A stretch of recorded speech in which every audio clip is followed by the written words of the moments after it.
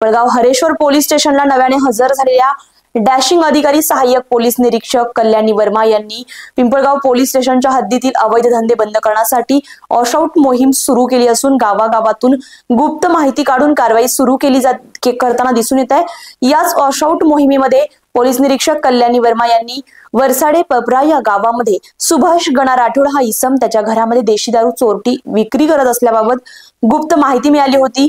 या माहितीच्या आधारे काल दिनांक 31 जुलै सोमवार रोजी संध्याकाळी police constable Tatyaba Nagare, Arun Rajput, Rahul Behare, Ravindra Patil, police Ravindrasingh Patil, constable Govind Walale, Amol Patil, Sagar Patil, महिला पोलीस शिपाई योगिता चौधरी यांना सोबत घेऊन वरसाडे पपरा गावामध्ये धाड टाकून 34,400 रुपयांचा मुद्देमाल जप्त करून आरोपीला अटक केली आहे। कारवाईबाबत मिळालेल्या गुप्त माहितीनुसार वरसाडे पपरा येथील सुभाष गणा राठोड यांच्या घरी जाऊन झडती घेतली असता टँगो पंच नावाच्या देशी दारूचे 9 खोके आढळून आले। प्रत्येकी खोक्यामध्ये 90 ml मापाच्या 100 रुपये, 37,400 रुपये किमतीच्या 935 बाटल्यांचे मुद्देमाल मालासह आरोपीला अटक करण्यात आली आहे। पोलीस कॉन्स्टेबल गोविंद वाळले यांनी दिलेल्या फिर्यादीवरून गुन्हा महाराष्ट्र पोलीस कॉन्स्टेबल रवींद्र वाळले यांनी दिलेल्या फिर्यादीवरून महाराष्ट्र दारूबंदी कायदा कलम 65 प्रमाणे गुन्हा दाखल करण्यात आला असून सदर गुन्ह्याचा तपास पुढील सहाय्यक पोलीस निरीक्षक कल्याणी वर्मा यांच्या मार्गदर्शनाखाली पोलीस हवालदार